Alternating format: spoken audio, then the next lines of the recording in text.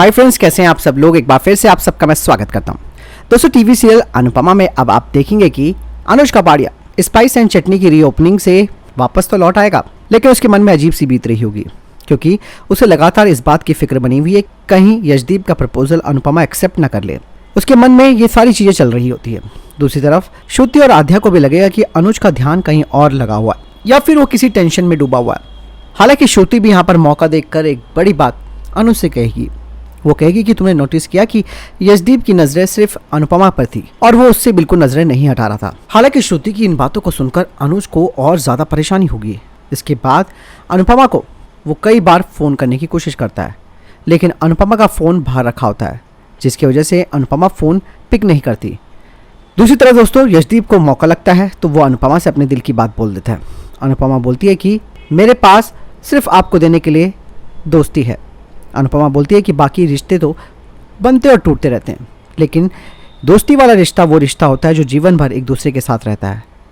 दोनों की आंखों में आंसू आ जाते हैं। यशदीप कहता है कि मुझे पता था तुम्हारा जवाब क्या होगा, लेकिन वो भी काफ़ी इमोशनल होते हुए बोलेगा कि मैं अपने दिल में कोई बात नहीं घुमाना चाहता था। वहीं दूसरी तरफ दोस्तों, तोशु फ़ोन करता है अपने पापा वनराज को और कहता है कि अनुपमा उसे वेटर की नौकरी दे रही है। इस बात को सुनते ही वनराज का पारा और ज़्यादा चढ़ जाएगा। वो तुरंत अनुपमा को फ़ोन लगाता है, लेकिन बाबूजी उसको रोक देते हैं। बाबूजी अनुपमा का सपोर्ट करते हुए अनुपमा का साथ देंगे। वहीं दोस्तों, वनराज, लीला और पाखी अनुपमा को बहुत बुरा कह रहे होंगे। ऐसे में दोस्तों, डिम्पी और काव्या एक दूसरे के साथ बैठे होंगे। ऐसे में पाखी वहाँ पर आकर नेगेटिव बातें फैलाना शुरू कर देगी।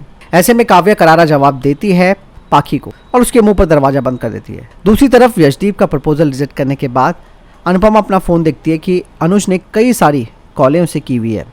वो अनुज को फ़ोन करती है। वो बोलेगी कि छोटी और श्रुति कैसे हैं। अनुज बोलेगा सब ठीक है। ऐसे में अनुपमा बोलती है कि कॉल क्यों किए तुमने इतने सारे, तो अनुज बातों को घुमा देगा।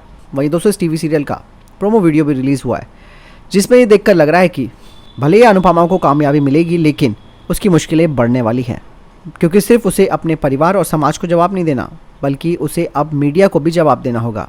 यही नहीं दोस्तों, अनुपमा के ऊपर न केवल इंडियन बल्कि अमेरिकन मीडिया की भी पूरी नज़रें होंगी। आने वाले एपिसोड में आप देखेंगे कि अनुपमा एक प्रेस कॉन्फ्रेंसिंग करती है और अपने पुराने अतीत के बारे में बताती है।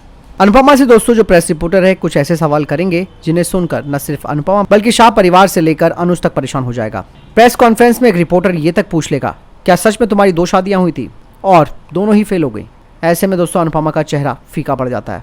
ऐसे में अनुज इस कॉन्फ्रेंस को लाइव देखता है और अपने आप से कहेगा कि ऐसे सवाल कौन पूछता है भाई। वही दोस्तों, रिपोर्टर यहीं नहीं रुकेंगे। वो अनुपमा से पूछते हैं कि हमने तो ये भी सुना है कि आपकी पहली शादी में आपके परिवार वालों ने आपको काफ़ी परेशान करके रखा था, और इन सभी चीज़ों को देखते हुए अनुज और वनराज दोनों को मिर्ची लगेगी और दोनों के दोनों इन सवालों को सुनकर काफ़ी गुस्से में आ जाएंगे।